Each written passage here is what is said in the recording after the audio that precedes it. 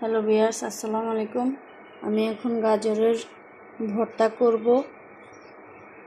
আমি এখন এটা আপনাদের সাথে শেয়ার করতেছি। আমি এখানে তেল দিয়ে দিলাম, একটা কড়াই বসে ওটাতে তেল দিয়ে দিছি। এখন তেলটা গরম হয়ে আসলে আমি এখন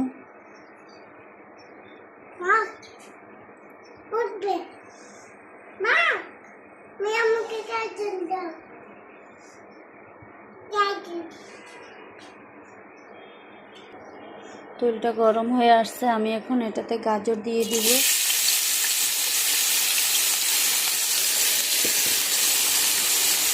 গাজরটাকে আমি ছোটো ছোটো টুকরা করে কেটে নিয়েছি।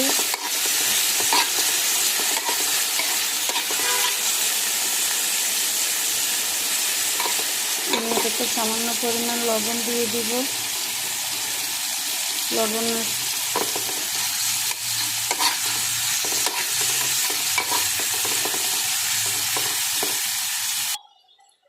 গাজরটা হয়ে গেছে, আমি এখন এটাতে পেঁয়াজ দিয়ে দিব, একটা কাঁচা মরিচ আর একটা শুকনো মরিচ দিয়ে দিব, আর কয়েক কোষ রসুন দিয়ে 3 কোষ রসুন দিয়ে দিলাম।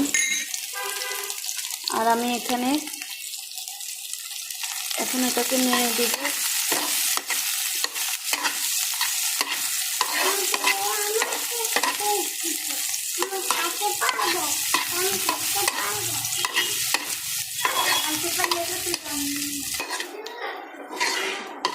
আমার এগুলো হয়ে গেছে, এখন আমি এটার উপরে ধনিয়া পাতা দিয়ে দিব, দিয়ে নেড়ে এটাকে তুলে ফেলবো।